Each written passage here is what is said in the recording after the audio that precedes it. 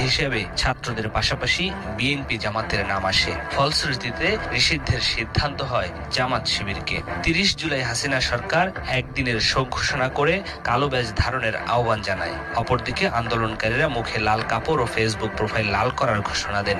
এখানে পরিষ্কার হয়ে যায় দেশের বেশিরভাগ মানুষ কোন পক্ষে। ৩১ জুলাই মার্চ ফর জাস্টিস নামে পদযাত্রা কর্মসূচি পালন করেন শিক্ষার্থীরা। এদিন পুলিশ আবারও চড়াও হয় শিক্ষার্থীদের উপর। সন্ধ্যায় ঘোষণা আসে রিমেম্বারিং আওয়ার হিরোজ নামে নতুন কর্মসূচি।